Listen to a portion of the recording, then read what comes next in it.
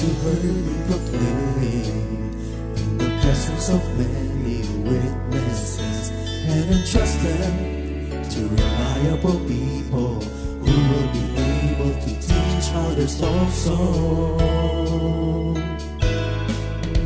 Take the teachings you heard me proclaim in the presence of many witnesses, and entrust them to reliable people who will be able to teach others also.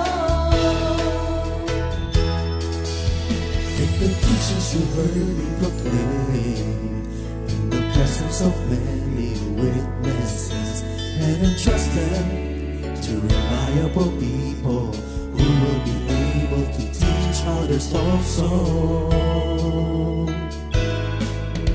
Take the teachings you heard me proclaim in the presence of many witnesses, and entrust them to reliable people who will be able to teach others also. 2 Timothy 2:2.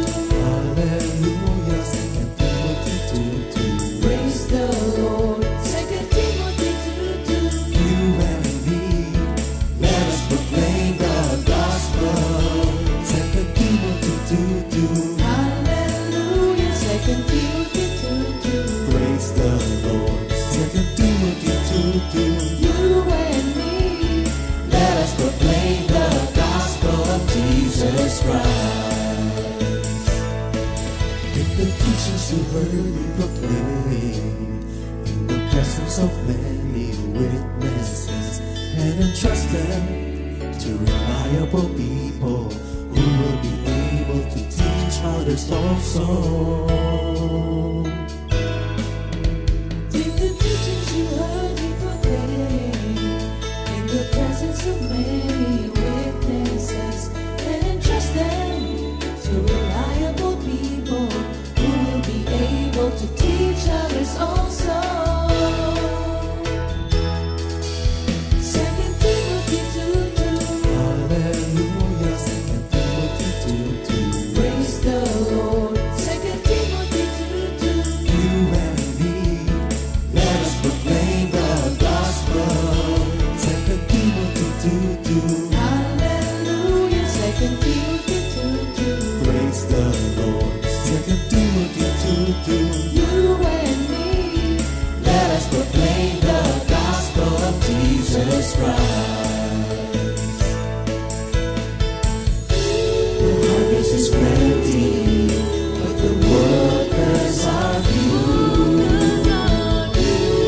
As for me and my house, we will serve the Lord. We will serve the Lord.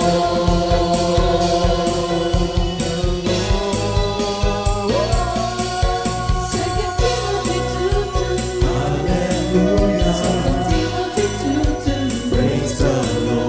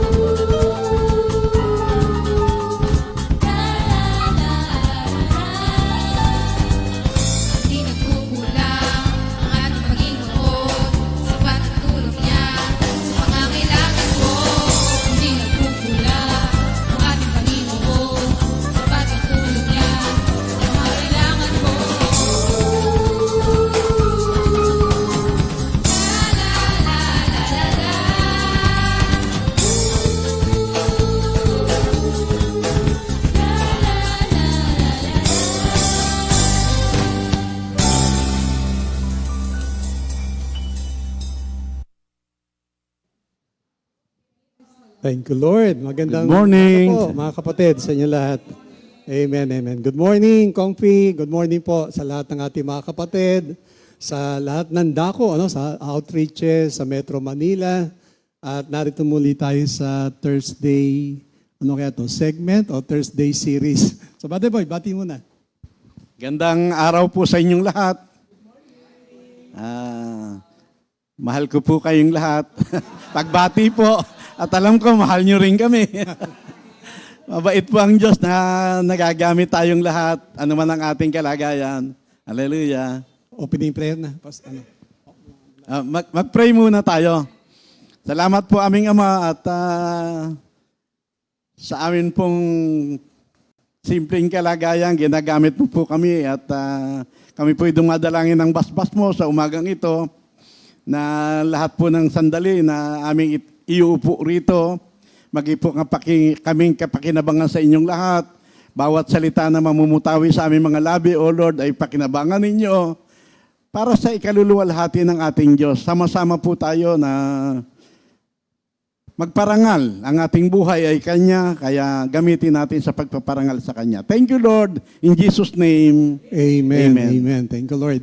Ito pong ating memory verse of the week dito po sa Book of Psalm, chapter 48, verse 14. For this is God, our God forever and ever. He will be our guide even to death. At sa Tagalog po, mga awit 48:14, na ang Diyos ay Diyos natin kailanman, sa buong panahon, siya ang patnubay. Amen. Nawa mga kapatid, itong ating GMJ na nawa, nasusundan niyo po ito everyday kasi iba-iba po yung series, napansin po nyo, ay pag Monday, ang series po doon, yung mga Heroes of Faith. Napakahalaga noon dahil sa pamagitan po ng kailang buhay, nagiging napakagandang halimbawa nila para ating matularan. Pag Tuesday naman po kay Pastor JB at Sister Cora, ay tungkol naman po sa 7 provisions na pinagkaloob ng Diyos sa atin na magpapatunay na meron talagang Diyos and God exists. At pag Huwebes naman po, ngayon po ay pagkapatuloy ng ating pag-aaral tungkol sa attributes. At bukas naman, kay Pastor Oying, Sister Remy, ay mahaba-haba po yun, yung sanctification. Kasi kailangan, napansin niyo po ba, ito ay laging series. Kasi po, hindi natin to pwedeng kunin sa isang upuan lamang o isang araw. Kailangan isa-isahin po natin mabuti para maintindihan, maunawaan, at ma-enjoy natin po itong ating tinatawag na Christian life. Sa araw pong ito, nasa 9 at 10 na po tayo. Tatalakayin po namin ni Minister Boy, una yung personality ng ating Panginoon. At yung sa akin naman po ay may kinalaman naman sa source ng ating Panginoon, ang source of life. But anyway, bago po tayo magpatuloy, hayaan yung basahin ko muna po itong mga ilang talata. King James Version, sa King James Version, sa Job chapter 22, verse 21, sabi po doon, Now acquaint now thyself with him, and be at peace. Thereby good shall come unto thee. Yung word na acquaint, pag sinabi acquaint, para bang maging familiar po tayo. Familiar tayo sa katangian ng ating Panginoon at para sabi nga po, thereby good shall come unto thee. So ibig sabihin, kapag talagang naging familiar po tayo sa katangian ng ating Panginoon, ang lahat ng bagay na nagaganap ay laging mabuti. Maaring hindi natin tanggapin po mga kapatid, pero ang lahat ng bagay mabuti. Kasi wala naman pong katangian ng Diyos na salbahe siya. Wala rin siyang katangian na sinasabi na gagawa siya ng masama para sa atin. Ang lahat ay pawang mabuti. Kaya anuman na nagaganap, kung ito may mga natawag nating trials na nagaganap sa atin, yan ay mabuti pa rin po. Now, doon po yun po sa Jeremiah chapter 9, verse 23 and 24. Thus says the Lord, Let not the wise man glory in his wisdom. Let not the mighty man glory in his might, nor let the rich man glory in his riches. But let him who glories glory in this, that he understand and know me, that I am the Lord, exercising loving kindness, judgment, and righteousness in the earth. For in this I delight, says the Lord. So napansin niyo po ba doon kay Jeremiah? Tayo kanyang hinihikayat. Kung gusto mong, sa Tagalog kasi magyabang o ipagyabang, hindi po yung kalakasan, hindi yung iyong katalinuhan, hindi yung kayamanan, kundi ang sinasabi niya, ipagmalaki mo, nakilala at naunawaan mo ko. Which is, yun talaga ang totoo. Kasi ang kayamanan pwedeng ilayo ka nito kung di natin naintindihan na ang lahat ng source ng yan ay galing sa Diyos. Kaya nga po, spiritual and saving knowledge of God is the greatest need of every human creature. So lahat tayo, ang kailangan talaga natin ay itong yung tinatawag na saving knowledge. So alam natin na tayo ay iniligtas na ng ating Panginoon at patuloy pa rin tayo iniligtas na, kaya sabi nga po kanina, ang lahat ng bagay na nagaganap sa atin ay pawang mabuti. Kaya nga ang pinakapundasyon of all true knowledge of God must be a clear mental apprehension. Mental. So ibig sabihin sa kaisipan natin, naintindihan natin na walang ginawang masama, wala siyang nilikhang masama, ang lahat ay pawang mabuti. Tapos, pag sinabing yung attributes po kasi, kapag ito ay unknown God, hindi mo siya kilala, hindi mo siya pwedeng pagtiwalaan. At kung hindi mo rin kilala ang iyong Diyos, hindi mo rin siya pwedeng paglingkuran. Lalo nang hindi mo siya pwedeng sambahin. Di po ba? Kasi kung maraming tao, minsan ba hanggang ngayon, actually, church-goer, pero di naman nakilala ang Diyos Di ba na naintindihan? Parang naging na lang po ito para bang tradition. Na kailangan pumunta ako ng Sunday fellowship o Sunday mass para magawa ko yung aking responsibility. Pero ang totoo, hindi naman nakilala ang Diyos At hindi lang po yon na God is only truly known. Makikilala lang natin talaga ang Panginoon as we yield ourselves to Him. As we yield. As we submit to His authority and regulate all the details of our lives by His holy precepts and commandments. Doon mo lang makikilala ang Panginoon. Kapag total na sinagmit mo, nirecognize natin ang kanyang authority, at ang buhay natin, ang standard ay ang salita niya, then you know God. Di po ba? Kaya marami nag-i-struggle kasi yung nga po, maaaring hindi lubusang kilala ang Panginoon. Kaya pagdating sa tinatawag nating application na ng kanyang salita, nahihirapan. At the only reason kung bakit nahihirapan, they don't know o di nakilala ang Diyos. Kasi pag kilala mo, susundin mo Di po ba? Kaya tingnan niyo po inyong mga sarili. Pag sinunod mo siya, kasi kilala mo siya. So once na disobey mo siya, hindi mo siya kilala. Ganun lang po kasi yung mga kapatid. Sinabi mo, huwag mong gawin to, ginawa mo, then you do not know God. At hindi lang po yun, sa Hosea chapter 6 verse 3, let us know, let us pursue the knowledge of the Lord. So sabi, alamin mo, i-pursue mo the knowledge of the Lord. Pursue. Ibig sabihin, marami pa po tayong dapat malaman tungkol sa Panginoon. Actually, itong attributes ng ating pag-aaral, very limited pa rin po ito. Bagamat merong 25 attributes sa ating pag-aaralan, pero very limited pa rin dahil sa ang Panginoon unending attributes. Pero dahil nga po sa yan lamang ang pinagkaloob ng Diyos sa atin through the scriptures, magkasya po tayo dyan. Sa 25 attributes niyan, kailangan maunawaan, sabi nga, mental apprehension para ma-enjoy na natin. At lalo pa tayong magugulat pagdating ng time na talagang makita na natin ang mukha ng Panginoon, makikita natin yung kanyang pagiging perfect.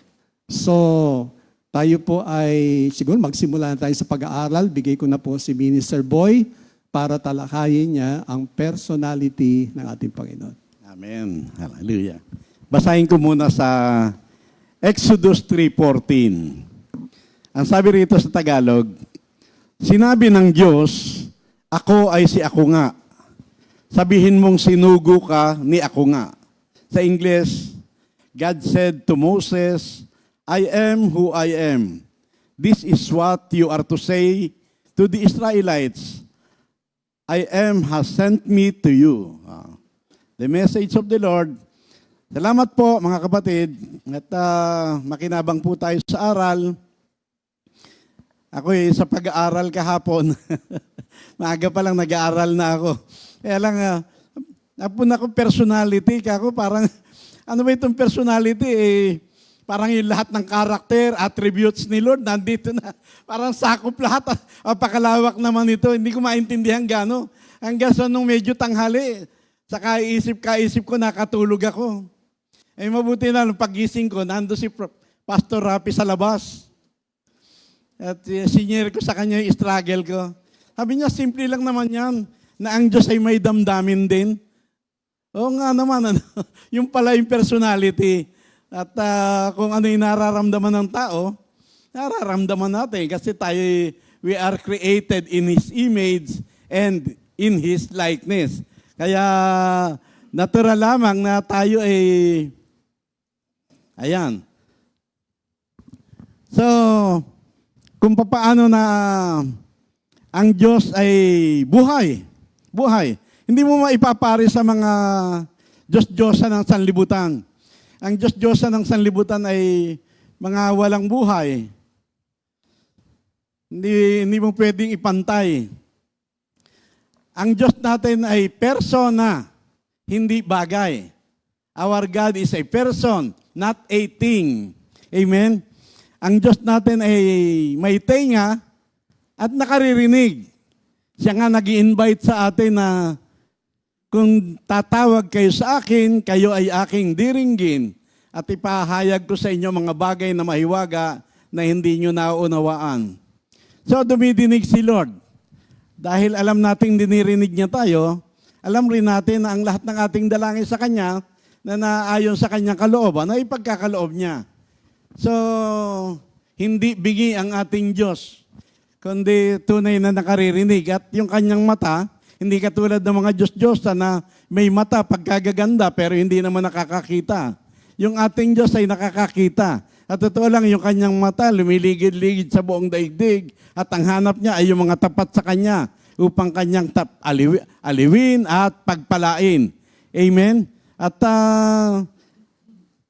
siya'y nakakaalam sa lahat ng ating mga plano, ambisyon, laman ng ating puso, lahat.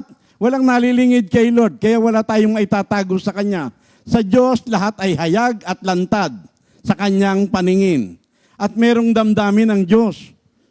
Maawain, patuloy na umiibig. Kaya nga sabi niya, hali kayo, magliwanagan tayo. Nakita niyo ba yung damdamin ng Diyos na yun? Hali kayo, magliwanagan tayo. Kahit nagaano kayo kaitim sa kasalanan, kahit nagaano kalayo ang sa inyo'y pinagtapunan, kahit na gaano kalalim ang sa inyo'y ang inyong kinasadlakan, kaya ko kayong iayos, linisin, paputiin. So, ganun ang damdamin ng Diyos. Merong talata na sabi ng Diyos, bakit nang ako ay lumapit sa aking bayan, wala man lang tumugon. Nang ako'y tumawag, wala man lang lumapit. Bakit? Ako ba ay walang kakayahan? Wala ba akong kapangyarihan para sila iligtas? Yung ilog, kaya kong gawing disyerto. Ang dagat, kaya kong tuyuin. Parang yung makikita mo na yung kanyang personality na kung paano tayo nagdaramdam, nakakadama ng kalungkutan, ganon ang ating Diyos. At patuloy siyang gumagawa. Sabi ng Panginoong Hesus, ang aking Ama ay patuloy sa paggawa at gayon din ako. Yung mabuting bagay na sinimulan niya sa ating buhay, tuloy-tuloy yun. Kaya ang Diyos ay very personal. Amen? And is relational. Siya ay nagpakahayag sa atin bilang ating tatay. At dahil tatay natin siya, huwag mong akalain na siya ay katulad lamang ng ginto, pilak, bato, o anumang bagay na nasisira sa daigdig, na pawang gawa ng kamay at bunga ng isipan ng tao. God is a person, not a thing. Amen? Mahalaga yon. Katulad ng sinasabi ni Pastor Rapi, kailangan meron kang tunay na pagkakilala sa Diyos. Kahit na tumanda ka na, tapos kahit napakatapat mo sa iyong relihiyon, sincero ka sa pagsamba mo, kapag ka mali yung object ng sinasamba mo, sabi nga ni Mami nung araw, you are sincerely wrong. Kaya magkaroon tayo. Ang pagkakilala sa Diyos, ang pundasyon ng ating pananalig, pagtitiwala, pag-asa, pag-ibig, at anumang bagay na ating pinaglilingkod. Kailangan alam mo at kung sino yung ating pinaglilingkuran. Amen? Yung ating pagkakilala sa Diyos, ang uhubog sa ating pag-uugali. Asal, kilos, gawi, pag-iisip, pakikisalamuha sa kapwa. Kaya pagka hindi totoo yung Diyos na sinasamba mo, magiging katulad ka nun. Kaya hindi ka magtataka kung bakit maraming nagsasabing mga Kristiyano pero may initin ng ulo, bugnutin, kulang pa sa pagkakilala sa tunay na Diyos. Amen? Pagka mayroong pagkakilala sa Diyos ang isang tao, masigla sa lahat ng bagay na banal. Sa iyong pagsamba, sa iyong pagpupuri, sa iyong pagpapasalamat, sa iyong mga pananalangin. May kasiglahan lahat. At pagka mayroong totoo, tunay yung pagkakilala mo sa Diyos, higit kang magiging mapanatag. Makakadama ka na you are more secure. Amen? Yung nakadadama mo yung kasiguruhan. At para madali yung ating pag-unawa, ang Diyos rin mismo ang gumawa ng paraan. Pinababa niya yung kanyang anak sa anyong tao. Amen? At kay Jesus, lubusang inihayag ng Diyos ang kanyang sarili sa pamamagitan ng kanyang anak. Ang sabi ng tandaan natin si Jesus, ang larawan ng Diyos na hindi natin nakikita. Kaya hindi ka magtataka kung bakit ako ilitong-lito kahapon. Kasi pinipilit kong unawain sa sarili kong kaisipan. Salamat na lamang, in the counsel of many, there is wisdom. Kailangan hihingi ka talaga ng payo.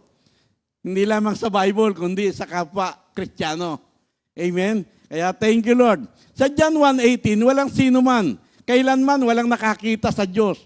Subalit ipinakilala siya ng bugtong na anak. Siya ay Diyos na lubos na minamahal ng Ama. Kung ano ang Diyos, ganon din si Jesus. Amen? Kaya sino man na nagnanais na makakilala sa Diyos, kailangan nakapokus ka kay Jesus, the author and the finisher of our faith. Unawain mo kung sino si Jesus, yung kanyang mga kakaibang aral na itinuro, yung kanyang kadakilaan ng kanyang mga gawa. Amen? Sa Hebrews 1:3, ang anak ang maningning na sinag ng Diyos, sapagkat kung ano ang Diyos, gayon din ang anak. Ngayon, may malaking problema dyan. Kasi maraming nagsasabing mga Kristiyano, pero hindi naman naniniwala sa Trinity.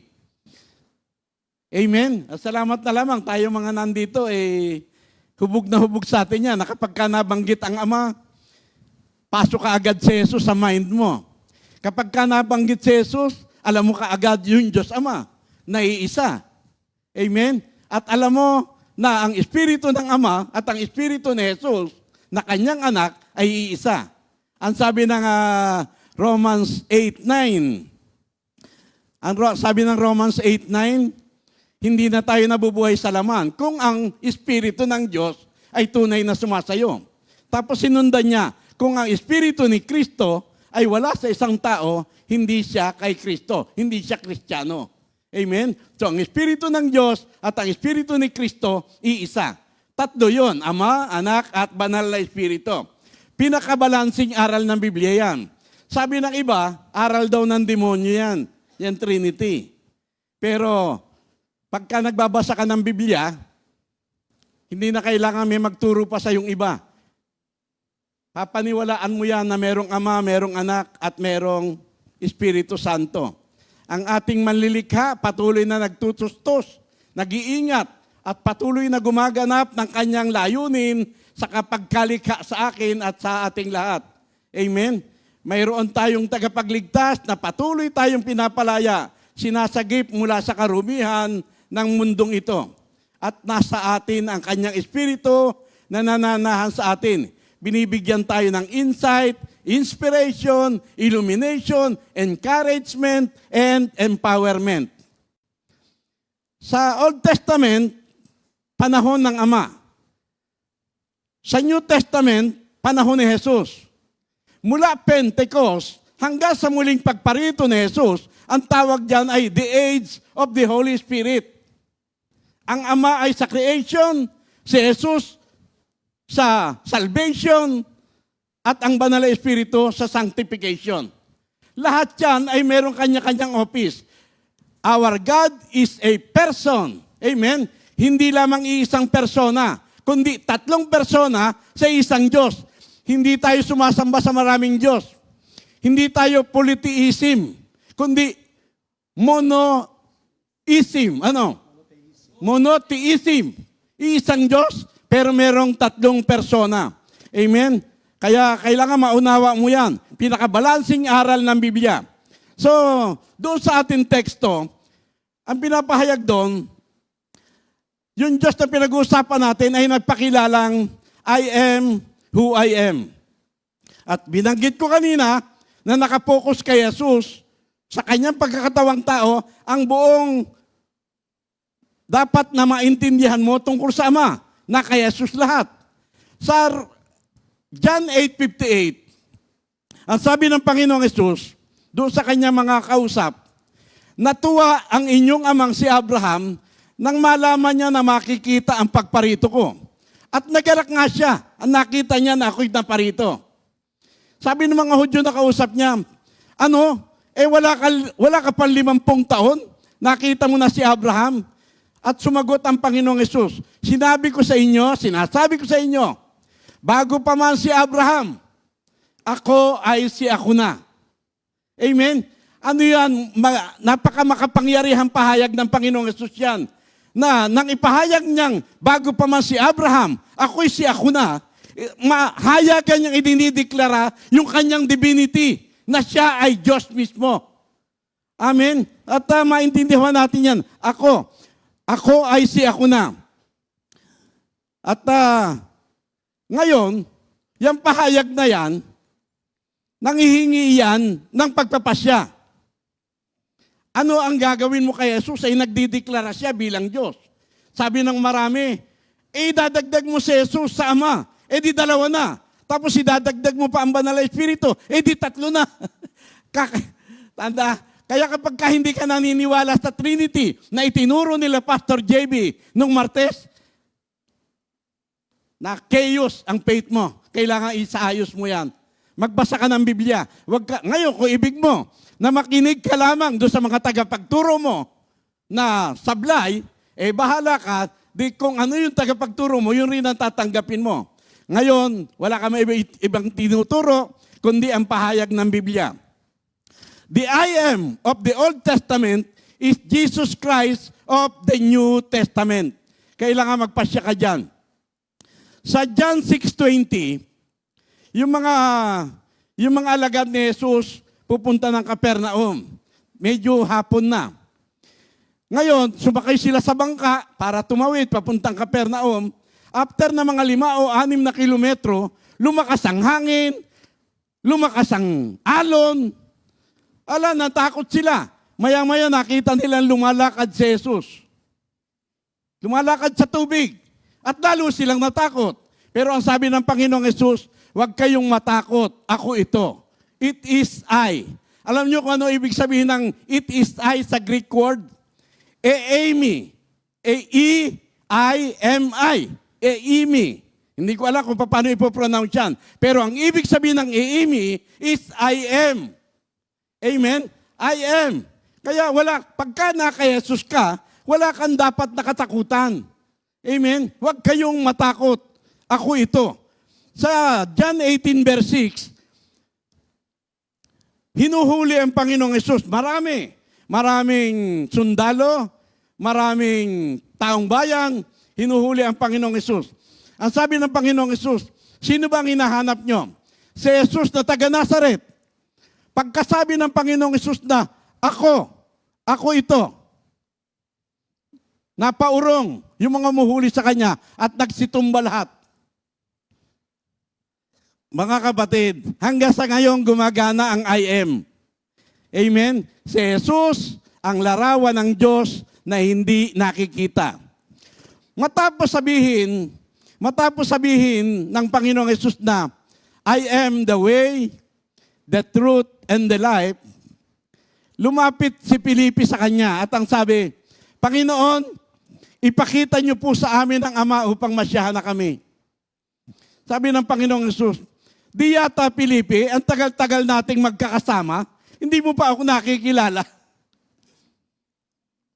Parang masakit sa loob niya, di yata. Sabi ng Panginoong Hesus, ang nakakita sa akin ay nakakita na sa Ama. Wala akong sinasabi, lahat ng ginagawa ko ay mula sa aking Ama. Hindi ako umaasa sa sarili ko, kundi galing lahat sa Ama yan. Si Jesus at ang Ama ay isa. Katulad ng binanggit ko sa inyo kanina, ang Espiritu ng Ama at ang Espiritu ni Jesus ay iisa. Yan ay nakatala sa Romans 8:9. Yung salitang I am, very personal yun. I am. Para bang masyadong nagpagpapakababa. Parang isang mataas na opisyal, yuyukod sa isang servant. Parang hindi mo ganong mapaniwalaan. Pero still yun ang totoo. I am. Para bang nung hugasan ng paa ni Jesus ang kanyang mga alagad, sabi niya, binigyan ko kayo ng halimbawa at ito ay dapat ninyong tularan.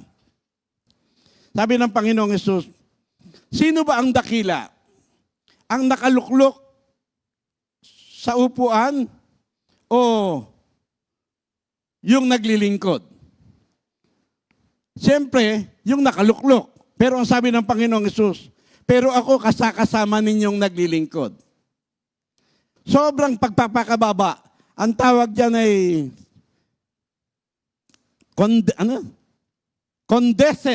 condescend. Yung to stoop. Talagang yuyukod ka. At ginawa ng Diyos sa atin yan. Kaya salamat sa Diyos. I am. Pagka sinabing I am, ibig sabihin ay eternal, perpetual, lasting, walang hanggan.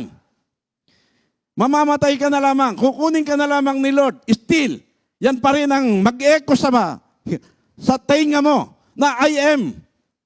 Hindi lamang natin kailangan sa Jesus sa buhay na ito, kundi pati sa kabila. Siya ang maglililigtas sa atin sa lahat ng kasamaan ng sanlibutan at siya rin ang maghahatid sa atin sa kanyang kaharian. Kaya napakasarap pagtiwalaan at asahan si Jesus. Amen. Maraming kabalisahan.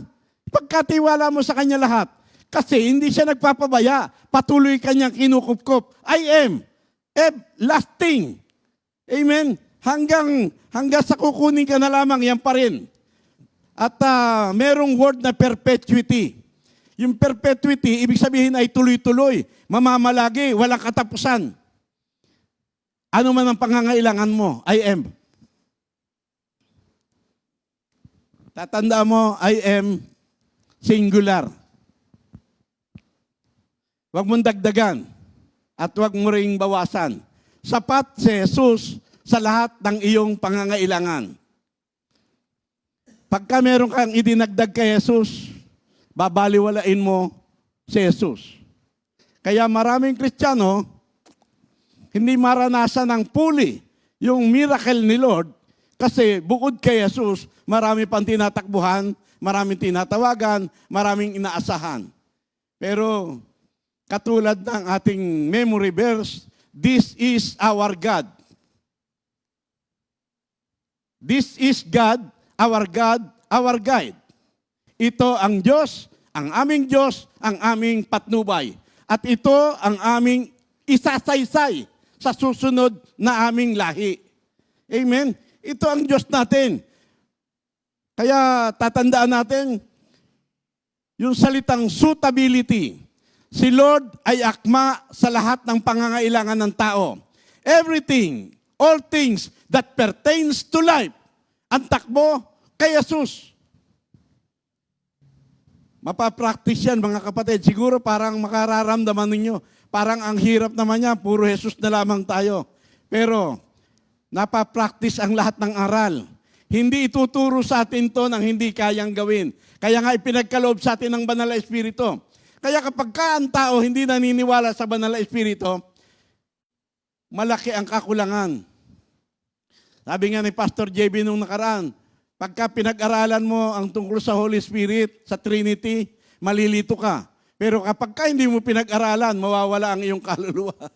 Pero yun ang katotohanan, mga kapatid. Grabe yun. Anong patnubay mo? Wala na si Jesus, nasa langit na, nag-i-intercede para sa atin.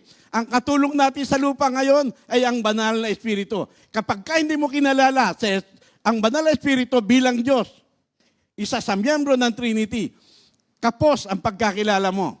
Amen? Hindi lamang siya power, kundi siya yung giver of power.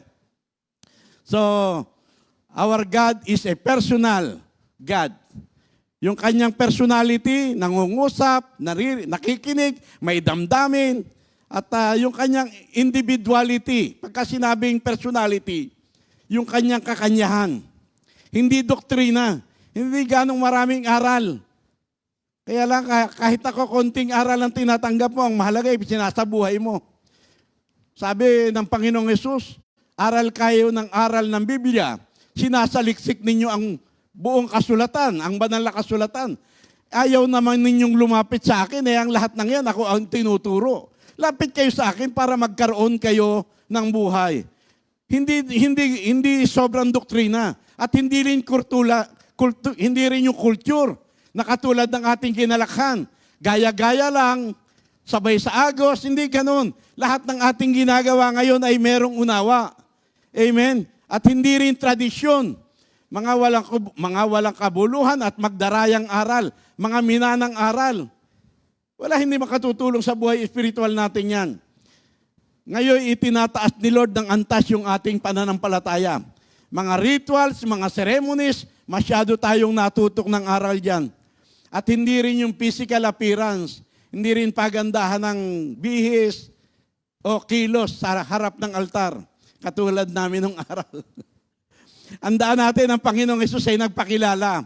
Sabi ng Isaiah 53 verse 2, kalooban ni Yahweh na ang kanyang lingkod ay matulad sa isang halaman na natanim sa tuyong lupa. Walang katangian o kagandahang makatawag pansin. Wala siyang taglay na pang-akit para lapitan siya. Pero this is our God. Amen? Ito ang aming Diyos na aming isasaysay sa susunod naming lahi. Kaya salamat sa Diyos, ang Diyos natin ay Diyos magpakailanman. Siya ngayon, noon, at magpakailanman. In Jesus' name, amen. Thank you, Lord. Salamat, Minister Boy. Para makita po natin yung pinakalarawan na pinag-uusapan natin personality. Doon po sa Colossus kasi sabi po doon, Christ is the visible likeness of the invisible God. So, umaring dalang ating Panginoon, ay Spirit, di ba? Spirit siya. So, paano mo makikita ngayon yon?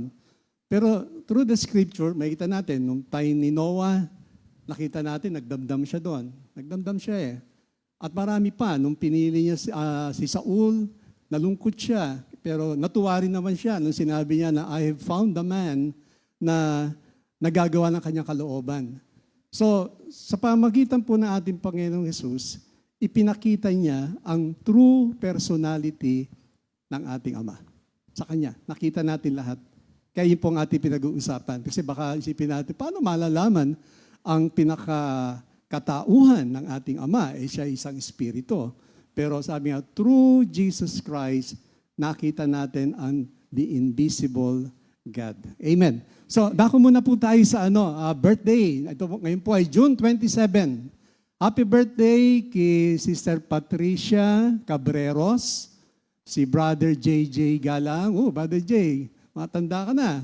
Brother J Orlina, Brother Gerson Evangelio, Sister Socorro Escondo, Sister Lourdes Abila. Aba, si Lord Jean, bukas, mamaya, prayer meeting. Tiyak, maghahanda ka. Ayan. So, puri natin Panginoon. So, happy birthday. Wala tayong anniversary, no? Wala mo. So, happy birthday sa inyong lahat.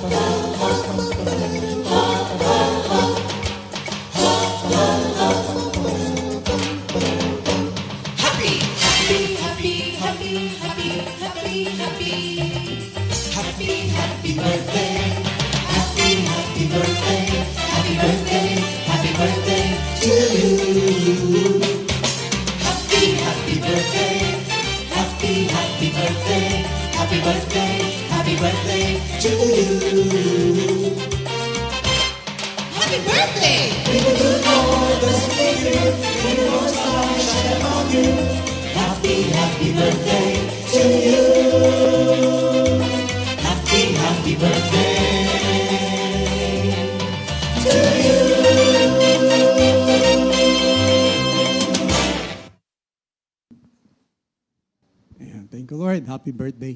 Announcement po, mga kapatid. So, CSM LSS sa Parañaque Worship Center sa August 24, 2024. Saturday po yun, mga kapatid. At prepare na po natin yung ating mga anak para sa masabi nating murang kanilang edad o kailang tinatawag na kanilang kabataan ay magabayan na kagad sila ng ating Panginoon. At ito po ay open to all areas including outreaches. Kaya tiyak malaking po to, LSS ito, dahil open sa lahat ng ating outreaches at prayer meetings sa Metro Manila. And ating Family Affair, Foundation Day, and album launching sa October 26, 2024. So alas 2 po ng hapon at SM South Mall Events Center. So yan po mahaba pa po yung ating time, mga kapatid. At inaasahan po namin na tayong lahat ay magkikita po sa araw na yan para ipagdiwang natin ng muling anibersaryo ng ating gawain at marami pang anibersaryo. Amen. Dadako na po kagad sa sa pinaka second part ng ating pag-aaral. Kanina yung pinaka personality ng ating Panginoon. Ngayon po dito sa John chapter 5 sa verse 26. For as the Father has life in himself, so he has granted the Son to have life in himself. Sa Tagalog po, sapagkat kung paanong ang Ama ay may buhay sa kanyang sarili, ay pinagkalooban din niya ang anak na magkaroon ng buhay sa kanyang sarili. So yung ating pong pag-aaral ngayon, the God is life and the ultimate source of all life. Ultimate. So ibig sabihin, walang pagmumulan ng lahat ng ating pangangailangan kundi sa Panginoon. Ngayon, tingnan po natin ngayon, ano ba ang sinasabi ng Biblia pagdating sa that God is our source? Pinili ko po itong 1 Corinthians chapter 8 verse 6. Ang nakalagay po dyan, yet for us there is but one God, the Father from whom all things came and for whom we live. And there is one Lord, Jesus Christ, through whom all things came and through whom we live. So mapapansin nyo po na pati yung pagkaka-exist natin dito sa lupa ay talagang nagmula sa Panginoon lahat. Kailangan maunawaan po natin lahat yan para makita natin na hindi tayo maging proud sa anumang bagay dahil sa, sabi nga John 3:27, no one can have anything unless God gives it to him. So hanggat di binibigay ng Diyos, hindi tayo magkakaroon. Kaya nga, everything comes from God. Everything exists by His power. Kaya tayo nandito, lahat ng bagay dahil sa kanyang kapangyarihan, and everything is intended for His glory. For His glory talaga. Kaya nandito tayong lahat. Kaya nga sa Isaiah 43:7, I created you to give me glory. So ibig sabihin, wala tayong option na mamimili, kundi tayo tinawag talaga ng Panginoon para maglingkod sa Kanya and to give Him glory. Now, tayong lahat mga kapatid, we all need sources. Pag sinabing sources, merong pinanggalingan. Lahat tayo. In our lives that we can depend on. So yung ating pag-uusapan, ito yung isang bagay na pinagmulan o pinanggalingan ng ating pangailangan na kung saan magtitiwala tayo. Kung doon lang tayo aasa at wala na tayong aasahan. So ang isang source, pag sinabing source, is a supplier of something we cannot produce on our own. Pag sinabing source, lahat ng bagay na hindi natin kayang gawin, mayroong panggagalingan para tayo ay magkaroon. Lahat ng bagay, mga kapatid. Now, para matanggap natin itong source, ibig sabihin ng ating Panginoon, we have to receive Him. Yun ang first step. Kailangan tanggapin mo siya as your source and only source of your faith. Siya lang.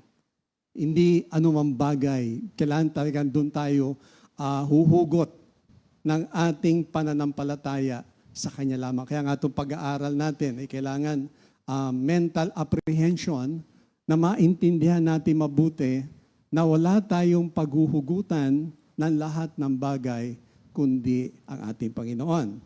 Now, ang Word of God will renew your mind.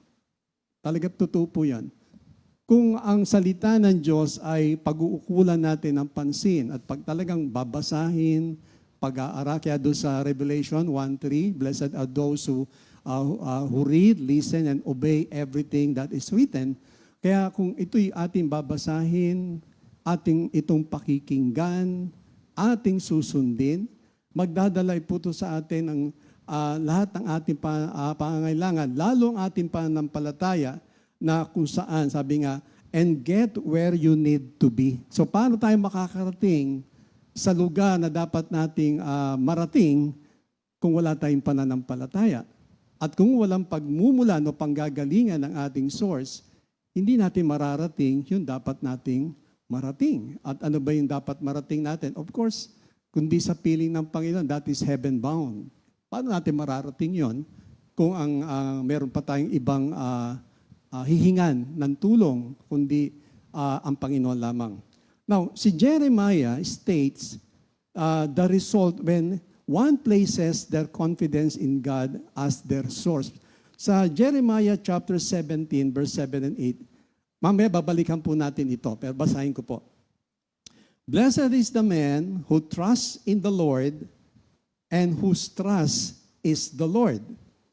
For he will be like a tree planted by the water that extends its roots by a stream and will not fear when the heat comes, but its leaves and will be green, and it will not be anxious in a year of drought, nor cease to yield fruit. Maraming pinaliwanag dito si Jeremiah. Mamaya babalikan po natin yan. Ngayon po, we need to put our trust and security in something that cannot be taken from us. Ano ba yung pwedeng mawala sa atin? Of course, trabaho, pwede mawala yan. Riches, sa isang iglap, pwede mawala yan. Kalakasan, talent, skills, abilities, lahat ng bagay ay pwedeng mawala. Pero, ang ating pananampalataya at ang ating source, hindi mawawala. Lahat mawawala, di ba? Heaven and earth will pass away, but my word will remain. So lahat ng yan, kaya hindi tayo pwedeng umasa lang dyan sa iyong karunungan, o kung meron kang kayamanan, huwag mong asahin yan anytime sa isang iglap. pwede mawala po yan eh. Kalong kalakasan natin, lalo pag tayo nagkakaedad na, para bang, pati ba na yung lakas, parang hindi na ata nung dati. So, it normally comes sa ating lahat. Pero kinakailangan, sabi ko nga po, we need to put our trust and security in something that cannot be taken from us. Hindi mawawala. Now, sa Philippians chapter 4, verse 19, God will supply every need of yours according to His riches and glory in Christ Jesus. So God will supply. So ang supply, magmumula sa Kanya. Kahit sabihin natin, ikaw nagtrabaho, ikaw ay nagpagal, ang lahat pa rin sa Kanya pa rin po eh. Kasi kung di ka naman bibigyan ni Lord ng karunungan, kalakasan ng lahat, paano magagawa lahat ng bagay na yan? Di po ba? Isipin niyo lang po yung one time, kinausap na rin ako ni Lord yan sa tungkol sa pagtulog. Kapag ikaw ay natulog, actually, tayong lahat ay patay in the sense na, hindi naman talagang patay, pero patay in the sense na kung hindi ka bubuhayin ni Lord, ay may magagawa ka ba? Kahit nasabihin natin at that night na natulog ka, isa kang matalinong tao, kung tanggalan ka ng kaisipan, ano ka na ngayon? Kahit isang dalubhasang doktor, dalubhasa siya, at dun sa kalagitnaan ng kanyang pagtulog, nawala ng kaisipan, doktor ka pa ba noon? Hindi na. Ikaw ay isa ng pasyente. Kaya nga po, pati yung ating paghinga, lahat ng bagay. Kaya paggising pala sa umaga, di ba? Lord, salamat po. At another day para makapaglingkod mula sa iyo, kalakasan. Kasi nga, hindi mo alam ang lahat ng magaganap. Once na pinikit mo mata mo, hindi mo na alam lahat. Kaya paggising yan, Lord, thank you again for another day. Kaya kailangan talaga full of thanksgiving ang araw-araw. Kaya nga sa Psalms 50 verse 14, sabi doon, let the giving of sacrifice be your offering to God. Wag na wag mawawala ang pagpapasalamat. Now, sabi nga, God will supply, no? Ngayon, take note po natin, if God closes a door, ito napakahalaga po, if God closes a door in your life, He can open another door sa book of Revelation. And if another door closes, He can open a window. O nga naman, no? Kahit masara yung pinto, bintana, bubuksan pa rin ni Lord yun eh. So, yun ang kagandahan eh. Kaya nga, hindi ka mawawalan ng lahat ng pangailangan mo. Kung masara man ang lahat, still, si Lord mag-o-open ng channel of blessings. Kaya huwag tayong matakot kung may mga nagaganap sa buhay natin ganon. Lalo na kung talagang ginagawa natin ang kalooban niya.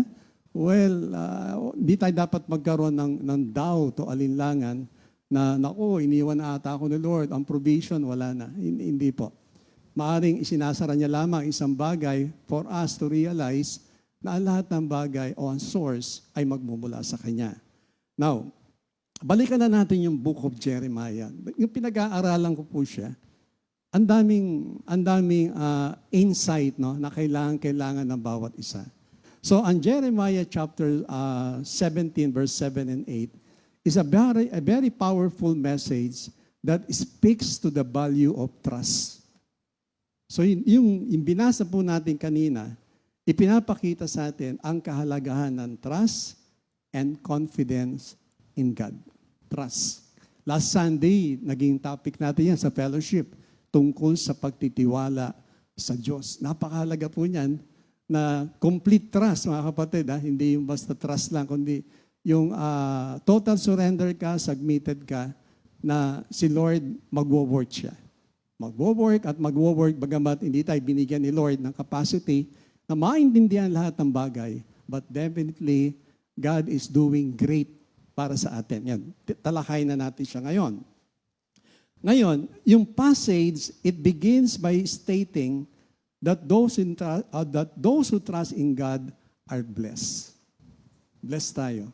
Kapag tayo ay nagtiwala at wala tayong, kahit sabihin natin, may kayamanan ka, may karunungan ka, hindi ka pa rin nagtitiwala doon. Pero sabi nga po, ang isang tao na nagtitiwala sa Diyos ay blessed. Now, a powerful statement when we trust in the Lord, we are able to tap. Hindi na kung sa Tagalog yung tap.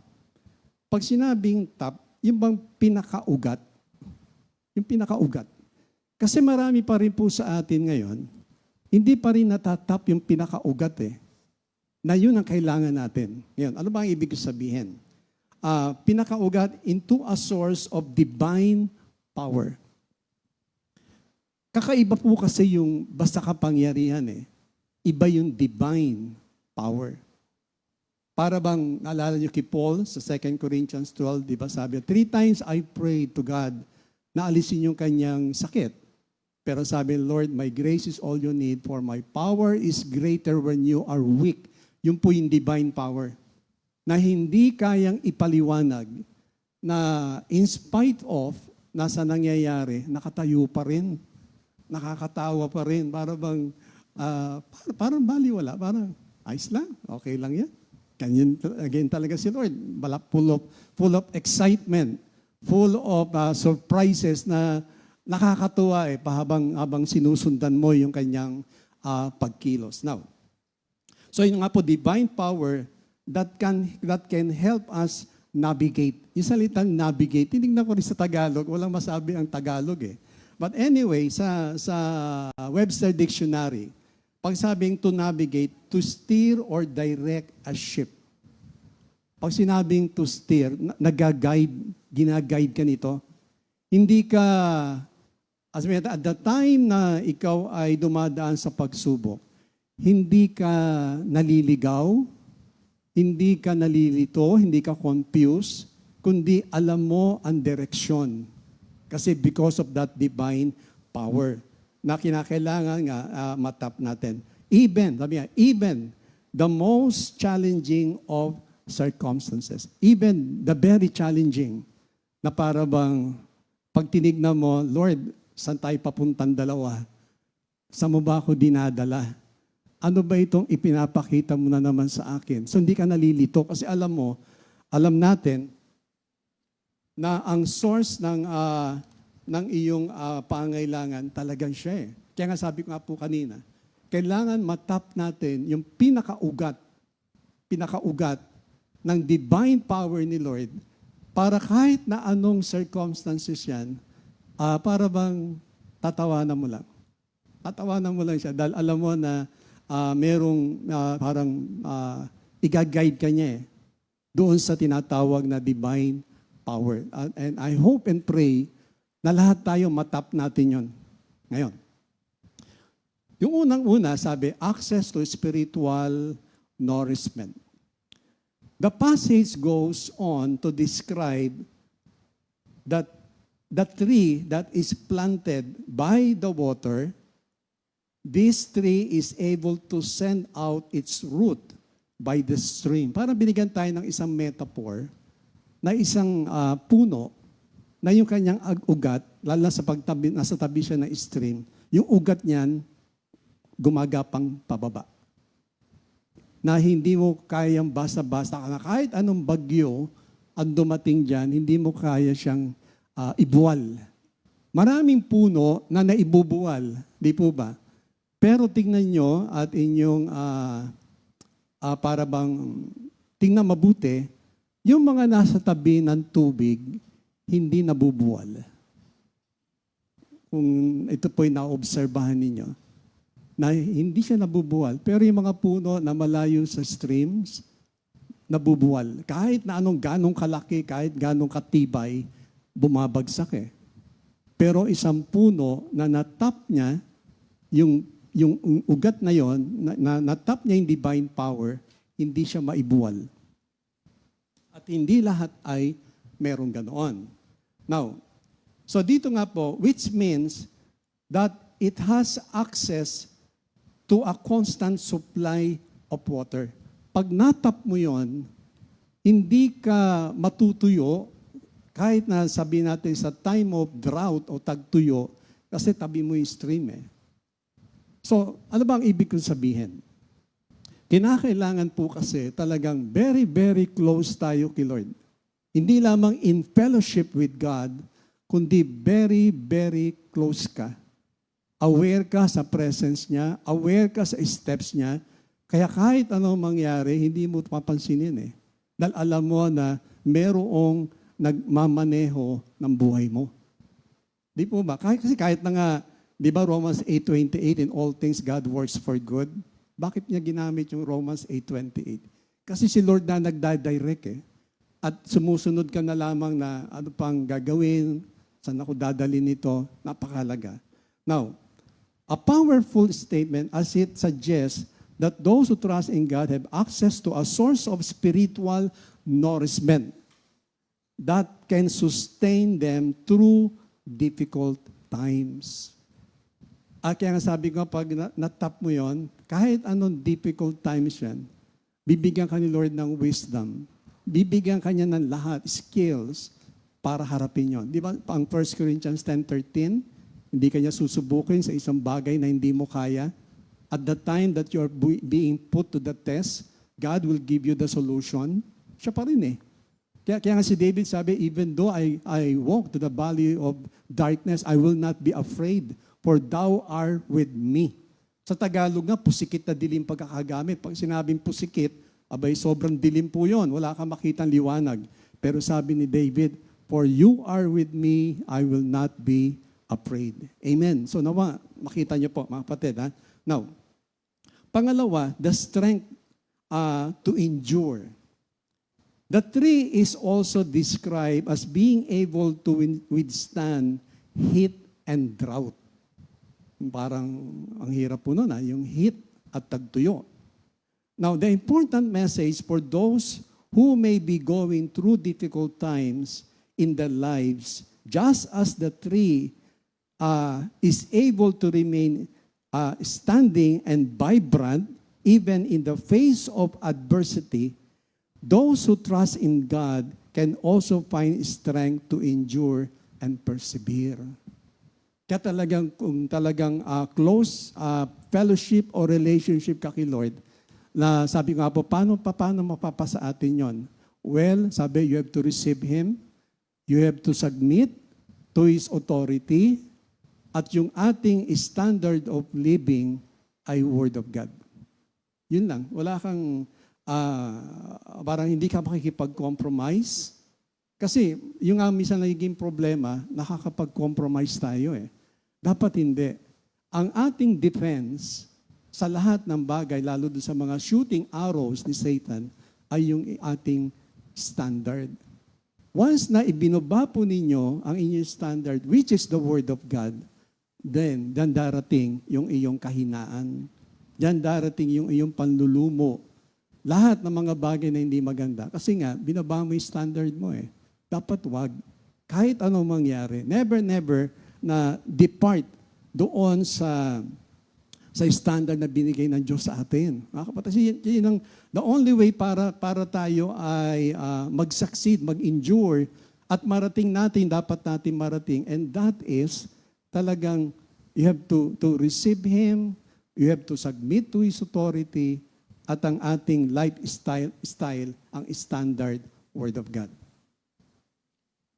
Now, finally, the passage states that the tree is able to bear fruit. Ito yung nakakatuwa eh. In spite of, doon sa pinagdaraanan, nagbe-bear pa rin ng good fruit.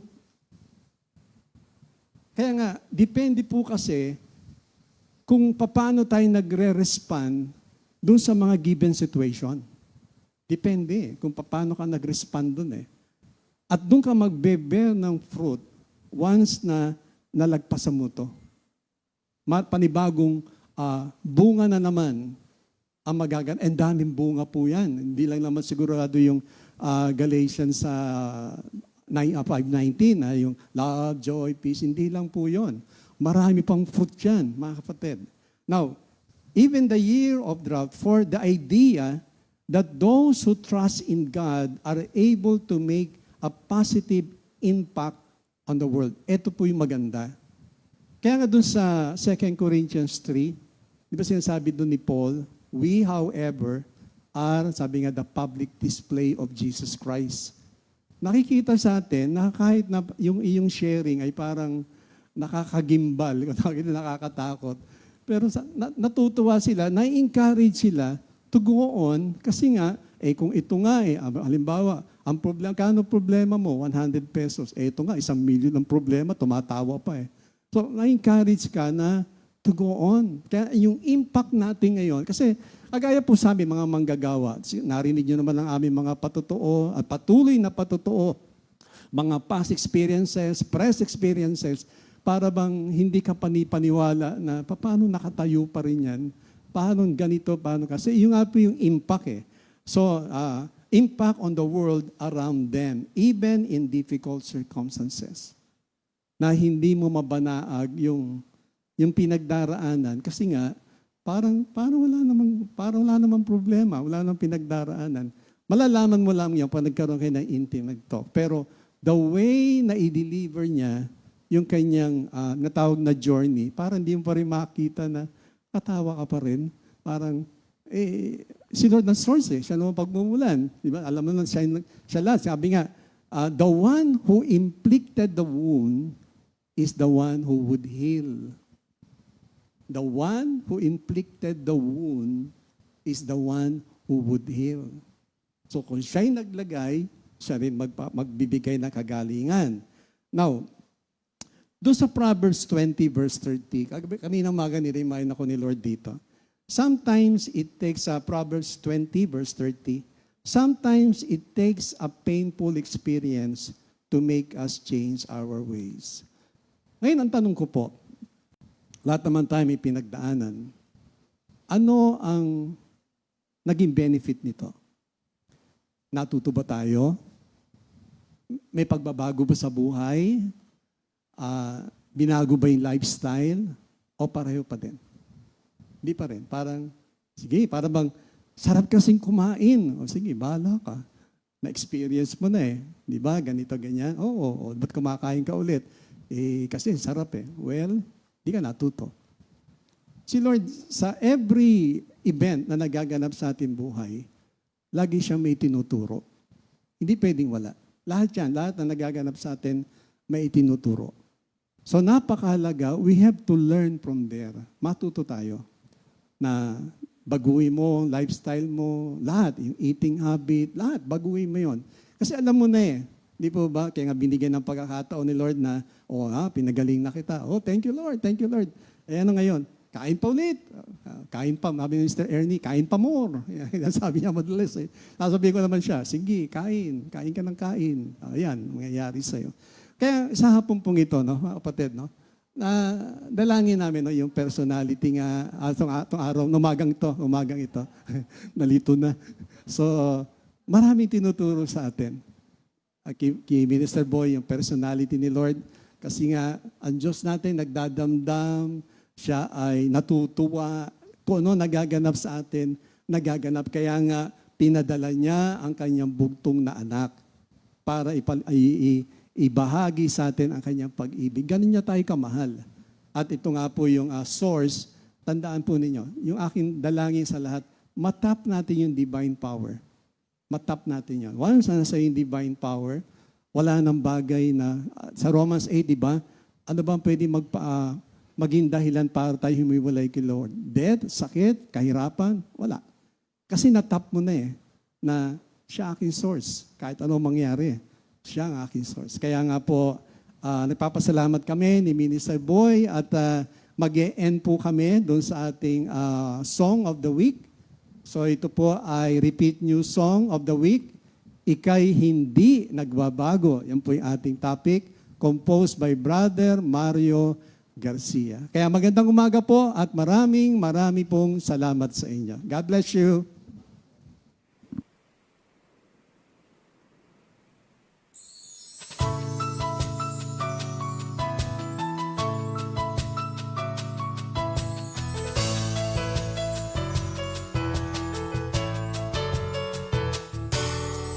Ako'y galak na galak sa'yo, O Yahweh,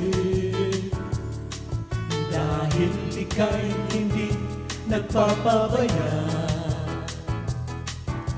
Ako'y galak na galak sa'yo, O Yahweh, dahil ika'y hindi nagpapapaya. Sa kabila ng maraming pagsubok dito sa mundo, ika'y laging nandyan sa tabi ko. Patuloy ang daloy ng pagpapala, ilang isa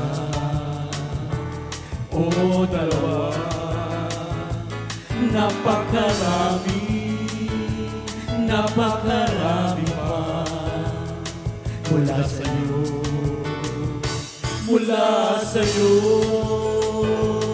napakarami pang darating.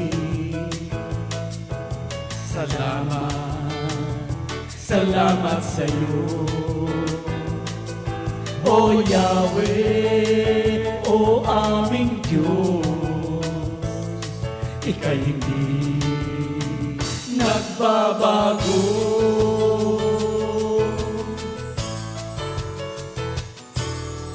Ako'y galak na galak sa'yo, O Yahweh, dahil ika'y hindi nagpapabaya. Ako'y galak na galak sa'yo, O Yahweh, dahil ika'y hindi nagpapabaya. Sa kabila ng maraming pagsubok dito sa mundo, ika'y laging nandyan sa tabi ko. Patuloy ang daloy ng pagpapala, ilang isa o dalawa, napakarami, napakarami pa mula sa'yo, mula sa'yo, napakarami pa darating. Salamat, salamat sa'yo, O Yahweh, O aming Diyos. Ika'y hindi nagbabago, ika'y hindi nagbabago, ika'y hindi nagbabago.